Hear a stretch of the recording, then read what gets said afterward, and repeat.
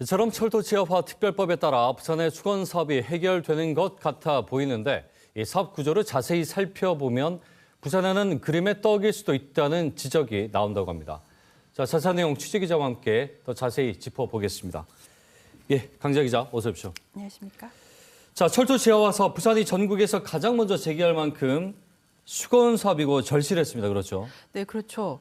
부산 도심을 관통하는 경부선은 1905년 개통됐습니다.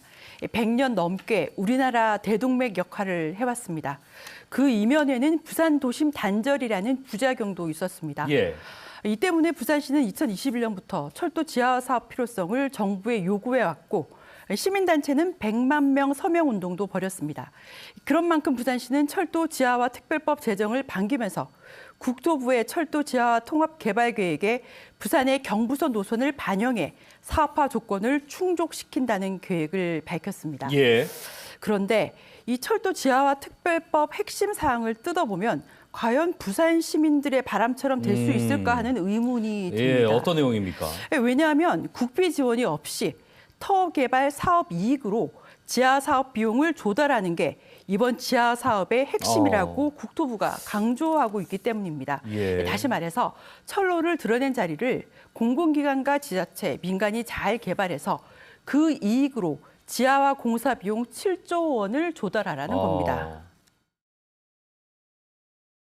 사실상 국비가 지원이 되지 않는 상황에서 지자체만의 부담으로 오롯이 그리고 민자에 대한 유치를 이끌어 가야 되는 부분에서는 한계가 분명히 존재할 것이라고 봅니다. 자, 그러니까 잘 개발돼서 이익이 생기는 것이 전제돼야 된다는 건데 그럼 이제 얘기가 달라진 거 아닙니까? 국비 지원이 없다는 건 뭐 7조 원이라는 비용 자체가 부산의 경우에 사업성이 떨어진다면 지하화가 힘들 수도 있다는 얘기가 아니겠습니까? 네, 바로 그 부분이 가장 큰 문제입니다. 먼저 부산에서 경부선이 지나는 주변을 보면 상업지로나 주거지로나 인기가 있는 곳은 아주 소수입니다. 그도 그럴 것이 경부선 철로 때문에 그동안 상업 개발도 힘들었고 주거지로 기피하는 경우도 많았기 때문입니다. 네, 네. 또 주목해야 하는 부분은 철도 터라는 특수성입니다. 철로가 길고 좁은 형태라서 상업적 개발은 한계가 있습니다. 실제 폐선된 동해남부선을 보면 대부분 상책로로 쓰이고 있지 그렇죠, 않습니까? 맞습니다. 예. 이런 곳을 개발해서 7조 원의 사업비를 마련한다는 것이 가능할지 의문입니다.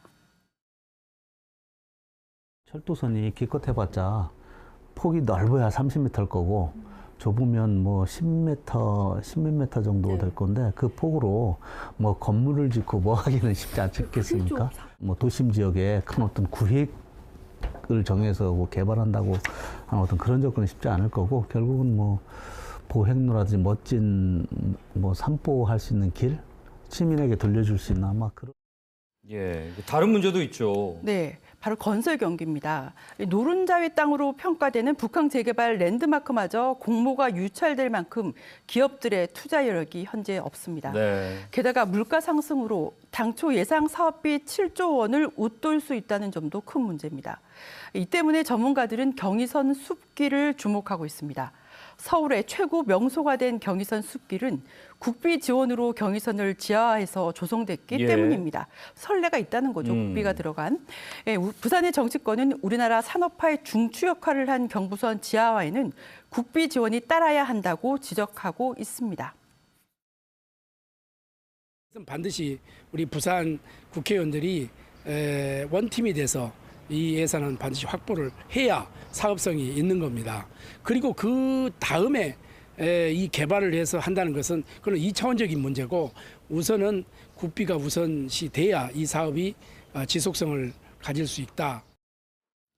네, 결국 경부선 지하화는 사업성이 높은 서울 용산역 주변, 서울역에서 노량진역 사이 정도만 가능할 것으로 보이는데 예. 부산은 들러리만 서지 않도록 정관계와 시민들의 노력이 네네. 필요합니다. 이게 뭐 일부러는 아니겠지만 이런 부분마저도 수도권과 부산 차이가 나는 게 또 느껴지네요. 확실하게 그런 부분이 있습니다. 알겠습니다. 말씀 여기까지 듣겠습니다. 고맙습니다. 감사합니다. 네. 강자 기자와 함께 얘기 나눠봤습니다.